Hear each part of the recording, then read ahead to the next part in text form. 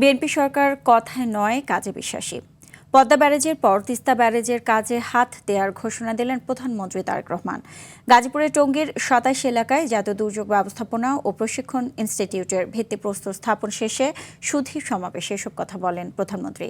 প্রকৃতি ক্ষতিগ্রস্ত হয় এমন কাজ থেকে জনগণকে বিরত থাকার আহ্বানও জানান সরকার প্রধান। শামীম চৌধুরীর রিপোর্ট, জানাচ্ছেন মাইদুর রহমান রুবেল।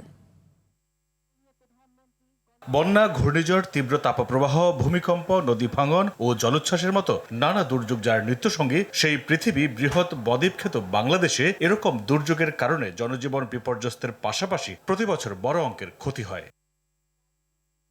সক্ষমতা বৃদ্ধি, ঝুঁকি হ্রাস সহ দুর্যোগ মোকাবিলায় প্রশিক্ষিত জনবল তৈরি এবং জলবায়ু পরিবর্তন সংক্রান্ত বিভিন্ন ধরনের দুর্যোগের উপর গবেষণা করতেই গাজীপুরের টঙ্গীর ২৭ এলাকায় এই জাতীয় দুর্যোগ ব্যবস্থাপনা, গবেষণা ও প্রশিক্ষণ ইনস্টিটিউট ভবন বুধবার এর ভিত্তিপ্রস্তর স্থাপন করেন প্রধানমন্ত্রী তারেক রহমান। এ সময় তাল গাছের চারা রোপণ ও একটি পুকুরে মাছের পোনা অবমুক্ত করেন সরকার প্রধান।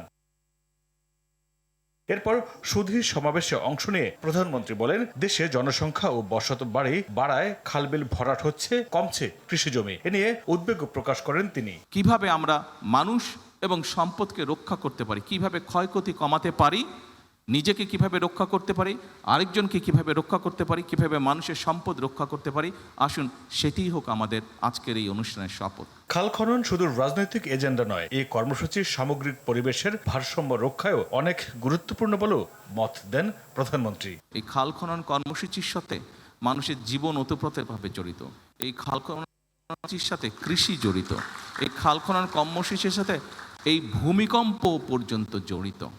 বর্ষার সময় যে অতিরিক্ত পানি আসে সেটিকে যদি আমরা ছড়িয়েও দেই, মিনিমাম ২০ বছর আরও লাগবে সেই যে শূন্যস্থান পূরণ হতে, অর্থাৎ মোটামুটিভাবে রিচার্জ হতে।